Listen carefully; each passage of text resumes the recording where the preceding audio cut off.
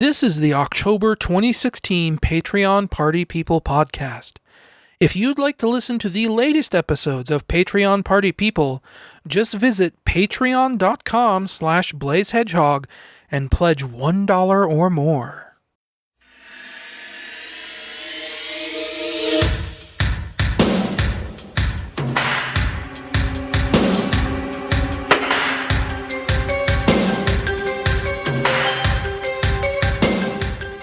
Hello and welcome to the Patreon Party People podcast for October 2016, and if you can hear a little bit of room echo, that's because once again I am back up at my cousin's. I know I said that I wanted to get this podcast out before I had to come up here and house sit, but that unfortunately wasn't the case. And once again, if my peas are popping on this microphone right now, it's because I didn't bring my pop filter. It's just the regular microphone with the foam cover on it or whatever. But hi, how you doing, everyone? This is going to be kind of like a weird ASMR thing because it is almost midnight and my cousin's apartment complex is dead silent and these walls are thin. So I don't want to make too much noise. I'm actually holding the microphone pretty close to my face right now, and this blue light is blinking in my eyes and it's really not very good, but you know, come hell or high water, I have to do this podcast because I enjoy doing this podcast. So what's going on with me this month? Well, the first episode of Dare to Scare went up for Clive Barker's Undying, which was a first-person shooter released by Electronic Arts in 2002, 2001. I think there's actually a pop-up on the video that says it came out in February 2001, whatever. That's not a very scary game, and as you know, this Dare to Scare series is about whether or not I find games to be scary, and I very deliberately picked Clive Barker's Undying as the very first video I would put out, because I knew it wasn't very scary, and I kind of wanted to talk about how it wasn't not, that's a double negative, about how it isn't scary, and I don't know if I really, communicated that too well in the video. It's weird, you kind of get into a moment when you do these videos where you have all these big plans for concepts you want to put forward, and then you turn everything on and it's your mind goes blank and you become this purely reactionary thing, and it's really weird. But I think the video turned out okay as kind of an opening shot sort of thing. The game was a lot better than I thought it would be in general, though. It wasn't very scary, but I was actually starting to kind of have fun with the game, and when I played it originally way back in 2004, I did not have very much fun with the game at all, and I was definitely having more fun this time around, and I kind of want to go back to it, but I don't know if I'll have time with everything else I have planned this month. Next up, this Saturday, which is, given that it is October 6th, it's about to be Friday night. It is currently Thursday night, about to be Friday morning. So, the 8th is when the next episode goes up, and that will be Silent Hill 2. I think that video turned out a lot better, Silent Hill 2. I also do a lot more heavy editing on it. The thing with Clive Barker's Undying was I had this timer on my desk, and it was supposed to tell me how long I'd been recording, and I figured I'd record for an hour. I wanted to push more for an hour and a half, maybe even 2 hours. And with Clive Barker's Undying, the timer, I think it's supposed to only be an egg timer, so it only goes up to about 10 minutes. And once it hits 20 minutes, it rolls back around to 0. So quite often I'd look down at my timer and it would just say 7 minutes, and I know I'd been recording for a half an hour, and I wouldn't know how long it had been because I couldn't be able to tell, how long I'd been recording. So in the end, it ended up I'd recorded almost exactly an hour of Clive Barker's Undying. When it came time to record for Silent Hill 2, I got a different, better timer that actually, had hours on it and everything else. So it ended up working out just fine. I ended up recording about an hour and a half of Silent Hill 2, and I ended up having to cut out a lot more, which, for the uncut videos I ended up being a lot better. That means Patreon supporters, you guys who pay at the $2 level or higher, get to see these uncut videos, and Originally, the idea wasn't to do uncut videos. It was something that actually popped into my head after I'd recorded Silent Hill 2. I thought, wait a minute, if I'm going to be cutting out so much of this video, so much of like the atmosphere and everything else, I should have an option to where Patreon supporters get to see the full uncut video if they wanted to. So I went back and I did an uncut video for Undying, and then I did an uncut video for Silent Hill 2. And the thing about Silent Hill 2 is you might see ads on that video. With the uncut version for Clive Barker's Undying, I very specifically disabled videos for that, or it's very specifically disabled advertisements for that video. And with Silent Hill 2, as you can imagine, because it's Konami isn't very friendly towards people who want to monetize YouTube videos of their games. So they ended up doing a content ID on some of the cutscenes in that video. And normally there are things you can do to get around content ID on YouTube. And, I tried like 4 or 5 different things. One of the things that like works like 95% of the time is you put a border around the video. And the way I recorded my videos, the border ended up looking a little bit weird, but even with the border around it, Konami still content ID'd all the cutscenes in that video. So I'm not going to be making money off of either the uncut or the cut version, unfortunately. That's just the way it has to be. There's nothing I can do about that. So, if you end up watching the uncut Silent Hill 2 video when it goes up day after tomorrow, or whenever I get this podcast up, on Saturday, regardless, there will probably be ads on that video, and there's not a lot I can do about it. Gosh, what else? There was something else. Oh, with editing those videos. The entire reason I wanted to do an uncut version, actually, is because with these being horror games, I think I talked about this before on like maybe a Patreon post or whatever, but horror games are mostly about atmosphere, and what I ended up having to do with these videos is you kind of have to cut a lot of the atmosphere out.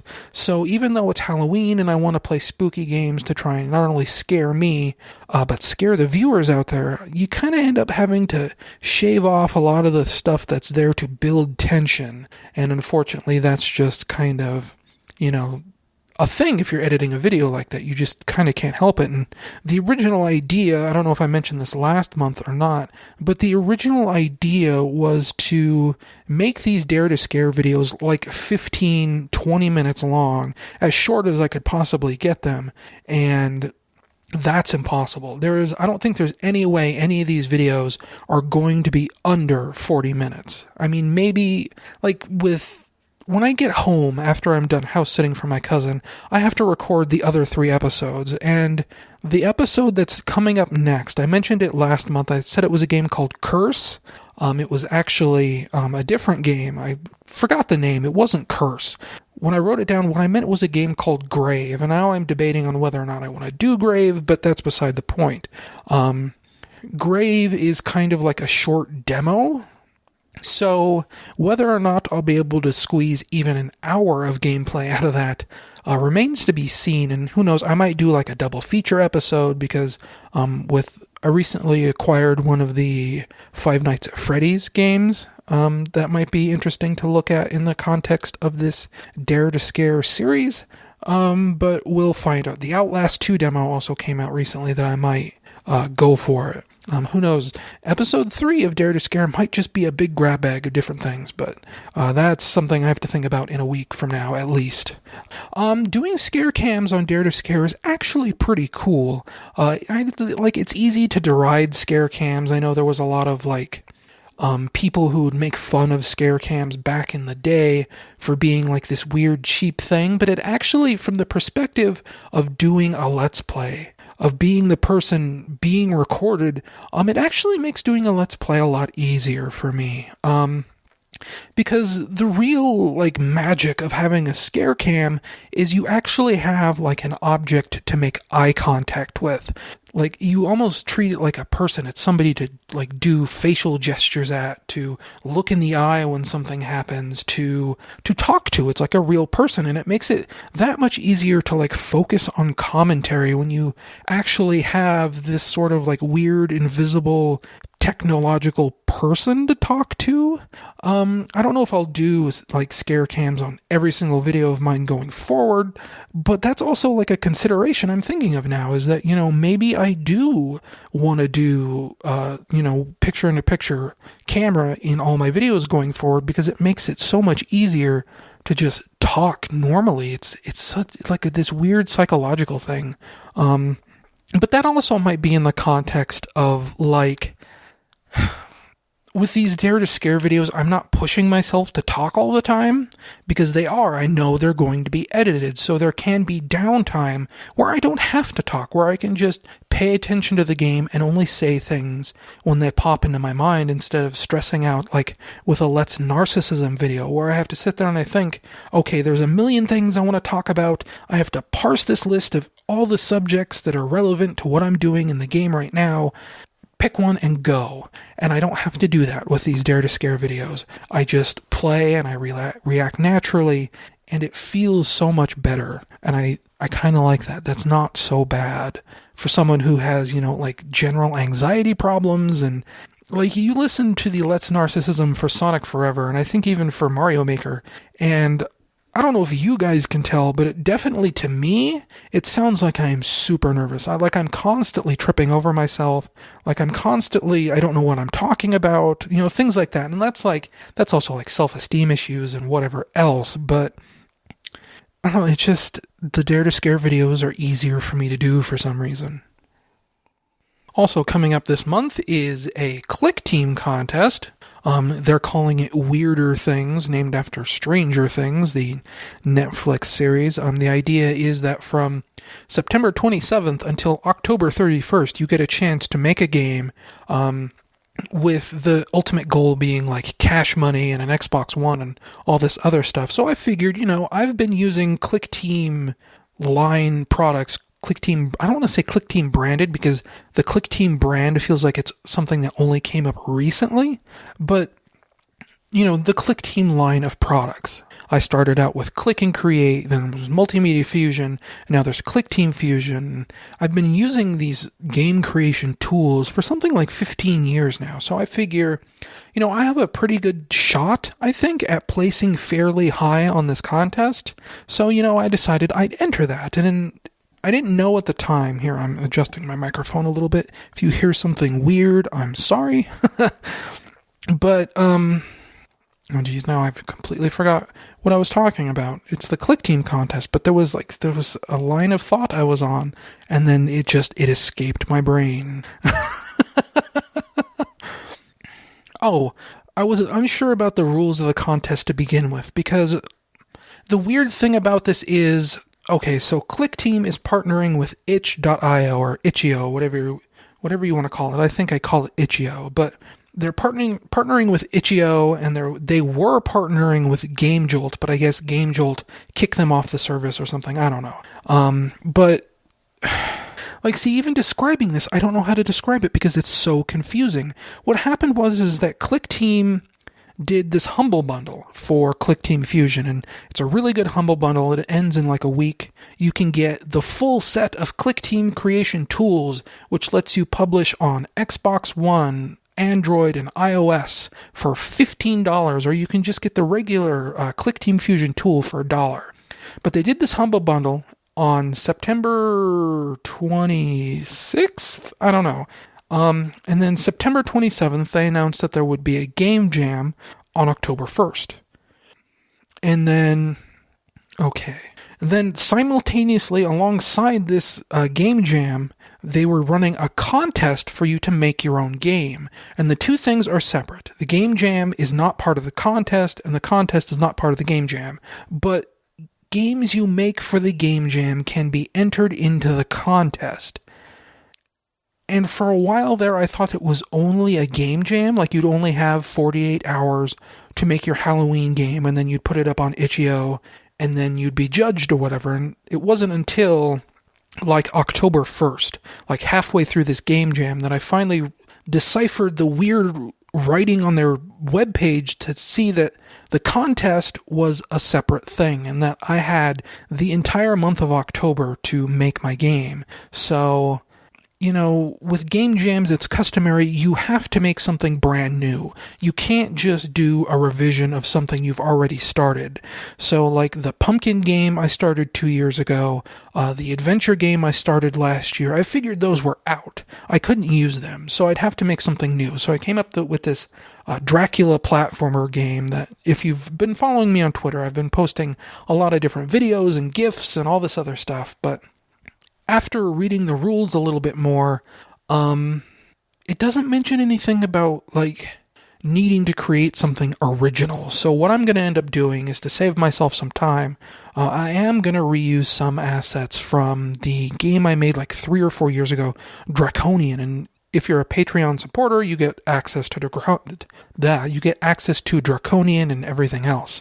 But I'm going to reuse some of those castle assets for my Dracula game. And if you don't know what this Dracula game is, I guess I haven't really said anything publicly about what the premise of the game is. But right now in my head, it's that Dracula wakes up in modern day Dracula's castle, and he finds out that it's been turned into this really garish tourist trap. There's kiosks for merchandise, and there's all these people with cameras, and they're annoying and whatever else, and he hates that. So the goal of the game is that you have to run around as Dracula and feed on these tourists to regain your power, and you have to regain all your power before sunup the next morning.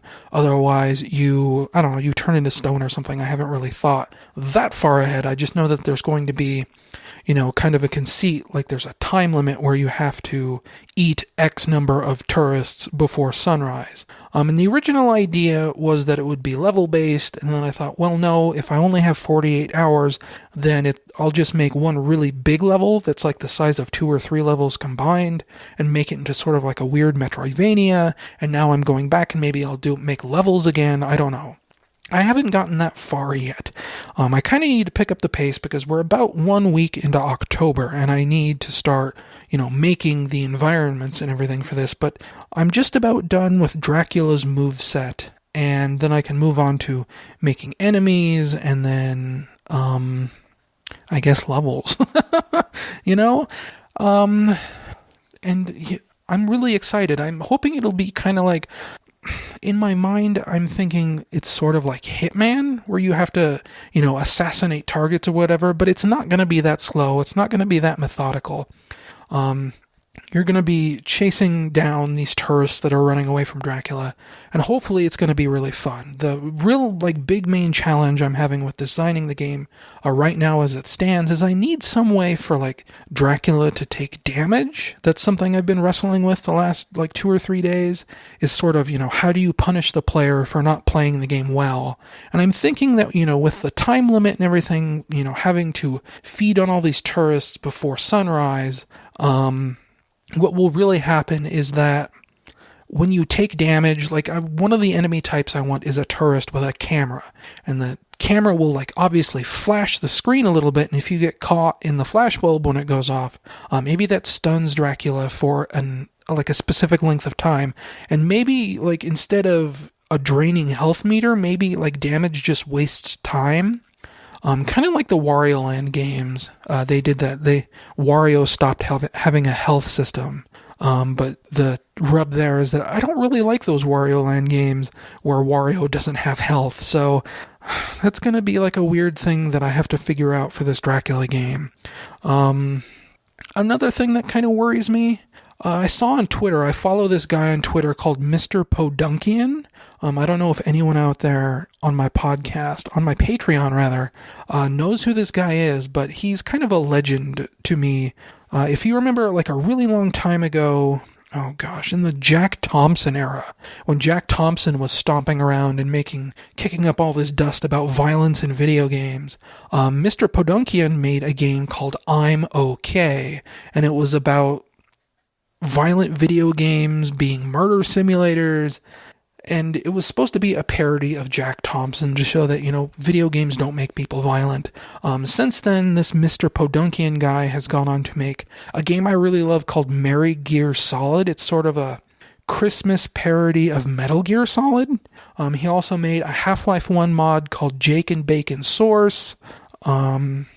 He was working on sort of I almost said Undertale, a cave story tribute called The Underside. I don't know if probably no one knows what these games are.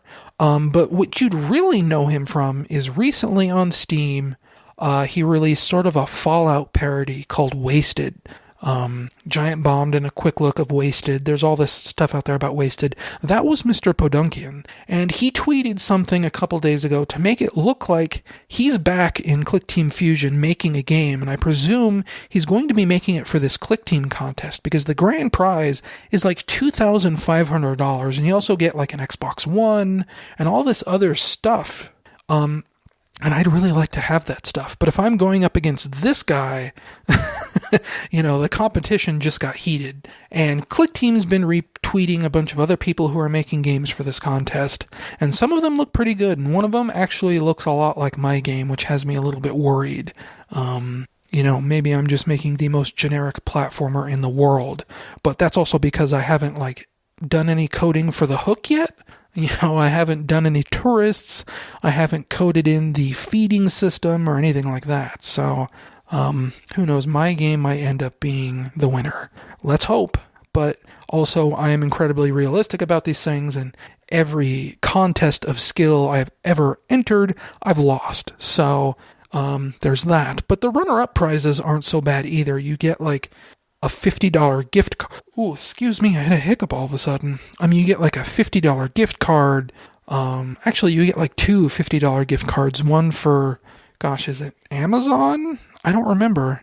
One of them is for something, and then another one is a $50 gift card to the Click Team store, I think. And you also get an exporter of your choosing and where else. But yeah, hopefully I can get something done in time. Hopefully, at the very least, I'll get something playable for you Patreon supporters. This won't be like my Halloween games past, where, I only get to an engine test, and then I fall off on October 31st. Hopefully by the time October 31st rolls around, I at least have something to show for it, even if I'm not done for the contest. But we'll see what happens when it happens, I guess. Stay tuned for my Dracula game. I was thinking, the name I had for it originally when I first thought up the concept was something really generic, like Dracula's Back. And that is so generic and terrible. But as I was waking up this morning, it came into my head, what if I called the game, Overbite? That would be, I think that's kind of a cute name, right? It's a lot better than Dracula's Back, that's for sure. Let's move on to news. Last month I talked about the creepy clown sightings in South Carolina, and since then, in the month since, these creepy clown sightings have spread across the United States. I was looking at a website not too long ago, Atlas Obscura, and they actually have a map that shows every single creepy clown sighting in the United States. And there's 40 of them, and they mostly are on the East Coast, mostly around Washington and New York and Boston, and a few in Miami and Atlanta. But creepy clowns have been seen, through Denver, Colorado, Utah, Los Angeles, Seattle, Washington, Idaho, they're everywhere. Apparently, I wasn't the only one who was oh yeah, it's Halloween, this is cool. And what was it? It was a couple weeks ago, I saw a news story. Some kid in Kentucky got arrested for dressing up as a creepy clown. I don't think he ever, got charges pressed against him or anything. And I don't have the article in front of me, unfortunately, because it was bookmarked on my desktop, and I'm recording this on my laptop. So, I guess I could, Google Kentucky clown arrest, but I'm also using one hand to hold my microphone right now, so typing that one-handed would be a little bit difficult. And then it was just last night, the police chief of Utah advised residents not to shoot at anyone dressed as a creepy clown, which is hilarious to me, that this is like scaring people enough that we talked about this last month. People in South Carolina were shooting guns into the woods trying to shoot at these clowns, and it wasn't, I don't think they hit anything, but Utah is telling people, don't shoot at clowns. They're probably just dumb kids trying to creep people out. And going back to, I think I mentioned this earlier, Atlas Obscura also has an article about how in 1981, apparently there was another creepy clown epidemic. I haven't actually read that article. I should have before I actually started talking about it.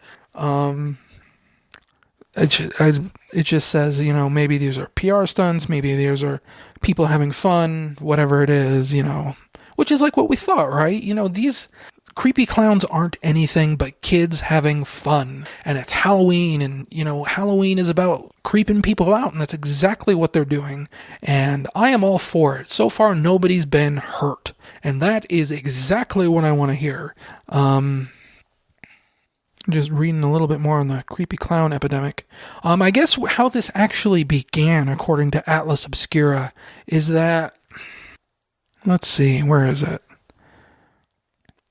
It was a short filmmaker in Wisconsin that originally started this creepy clown sighting. I guess he dressed up as a clown he called Gags the Clown, and he was walking around Wisconsin carrying black balloons, and it was just for a short film. And that was in early August, so we'll say like the first week of August. And then it was by the end of August that people in South Carolina were talking about seeing clowns in the woods shining lasers and trying to lure kids into the woods with claims of money or something. And then it ballooned from there, and now it's across the entire United States. I'm reading directly from Atlas Obscura now. Take a case in Middlesboro, Kentucky on September 23rd when a 20-year-old man in a clown outfit and a mask, this is the guy who was arrested after he was spotted crouched in a wooded area by an apartment complex. A week earlier, a 25-year-old in a Walmart parking lot was arrested after numerous people called the police to complain about him. So people are being arrested for dressing up as these creepy clowns. It's not illegal to scare people, the man dressed in face paint and a checkered suit told a cop in the patrol car. He's got us there. The clown told police it was merely for fun, with Halloween coming up and all. See, he knows what's up.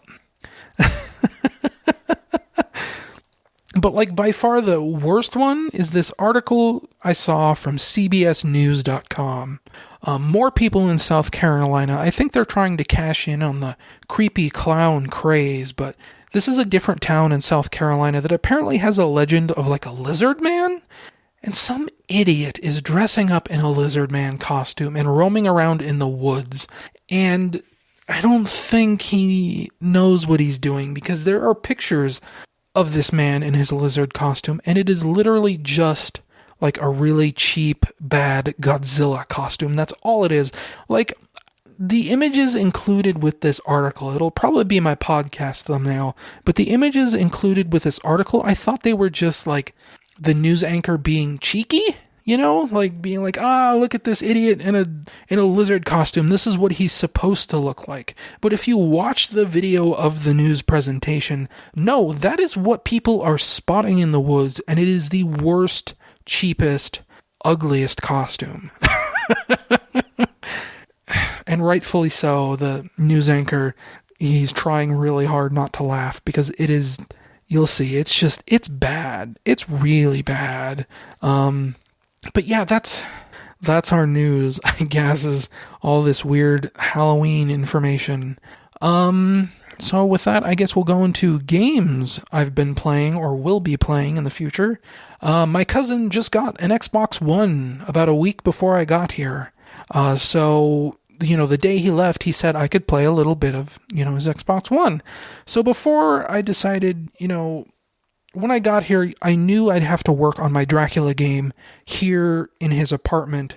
I have to get it done. I can't spend like a whole week just sitting on my thumbs. I have to work on it. But before I got my laptop and everything else set up, I decided, I'll turn his Xbox One on. He said I could play it, and I'll play a little bit of Forza Horizon 3, or Forza Horizon 3. And that's an okay game. I don't know. My problem with it, and this was a problem I kind of felt a little bit with Forza Horizon 2, which, I don't own Forza Horizon 2, but that's also because I don't feel like I need to own Forza Horizon 2. They put out like this Fast and the Furious sort of like extended demo for Forza Horizon 2, and the thing about it is that it just kind of felt like more of the same to me. I played the crap out of the first Forza Horizon game, and that Fast and the Furious thing for Horizon 2, I didn't like the locale. It was like in Paris or France or something. I didn't like that. And a lot of the events were just the same stuff you did in Horizon 1. And, that's not terrible, but it doesn't really feel different or new or interesting anymore, By the end of Forza Horizon 1, you kind of do those events like 30 times in a row. Each one, you're always racing like a helicopter or an airplane.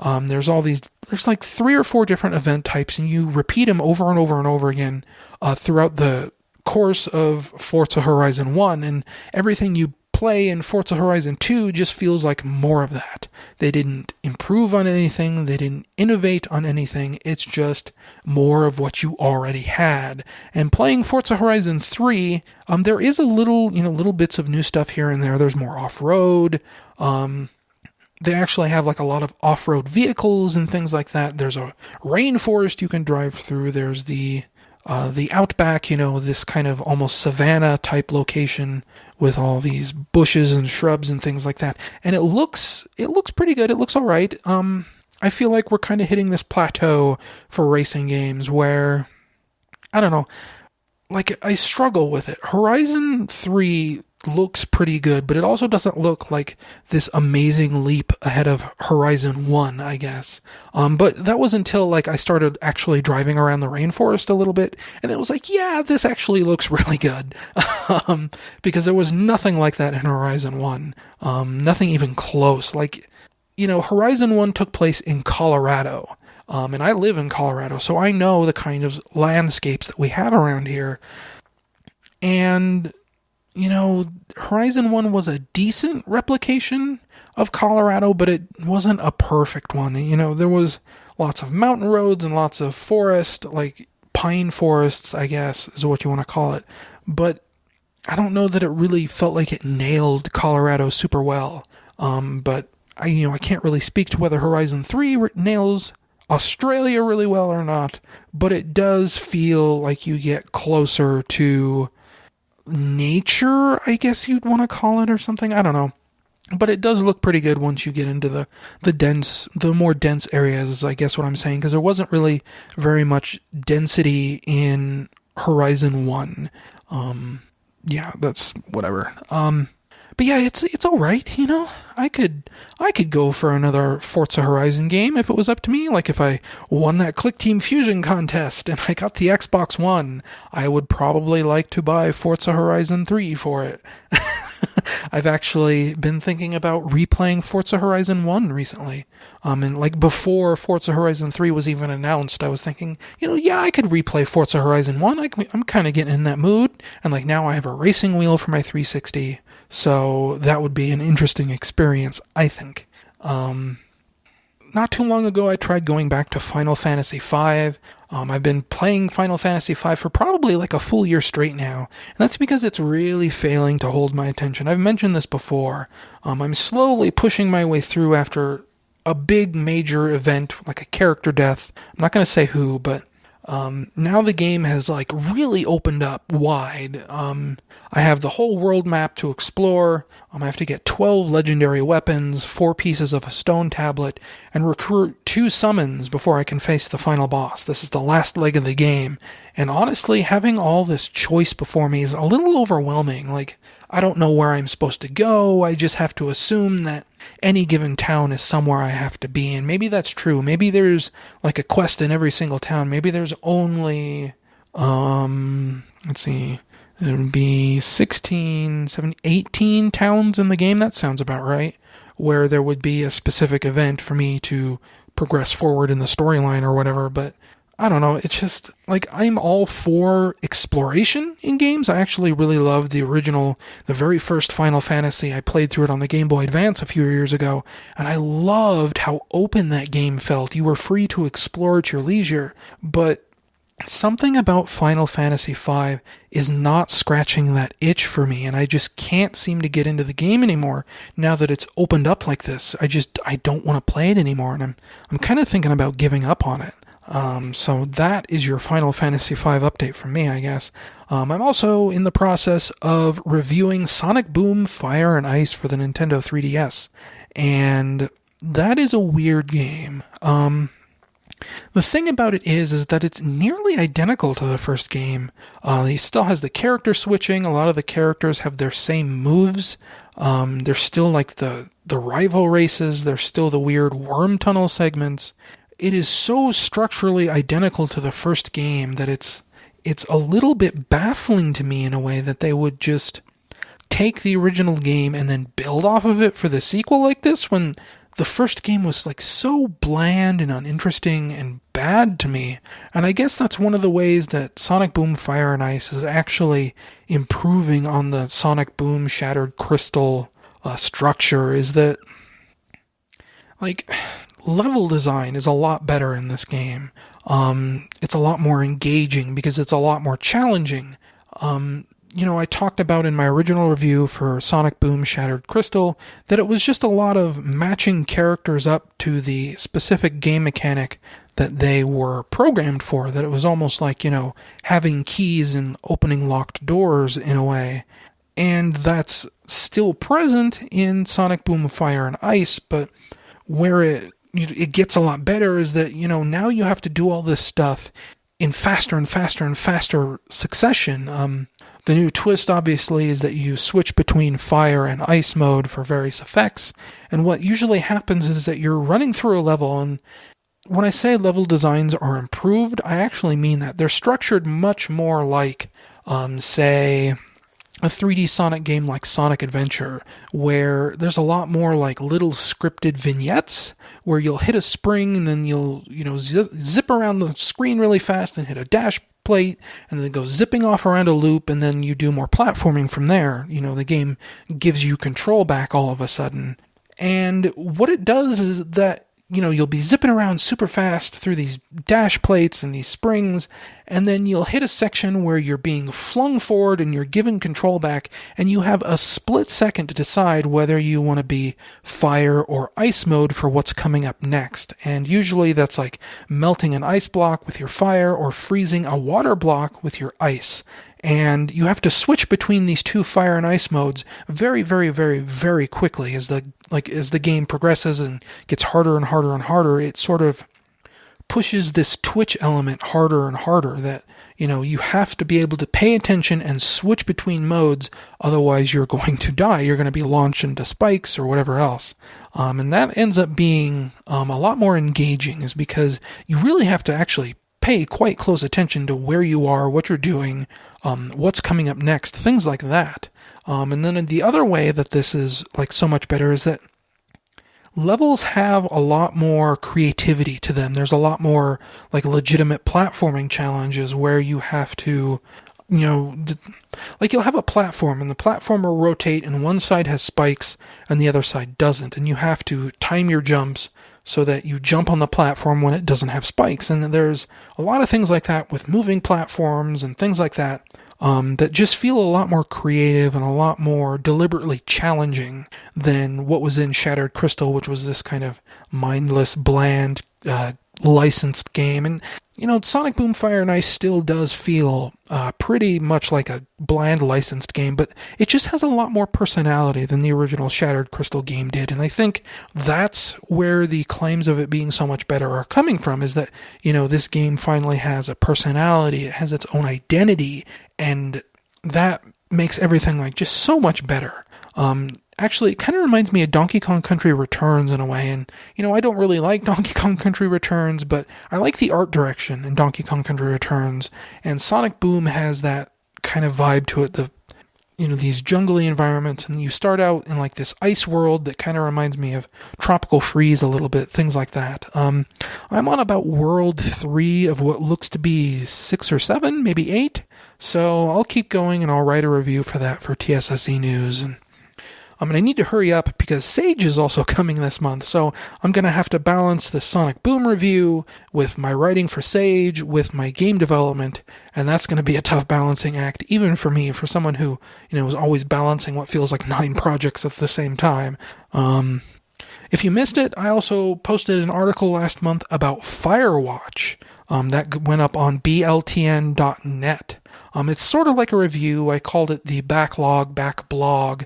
I kind of need a better name for those kind of articles because I don't know if I really like that kind of name. The article has a lot of Firewatch spoilers in it, so if you don't want to know the story to Firewatch, don't read that article because I spoil a lot of the major beats in that game.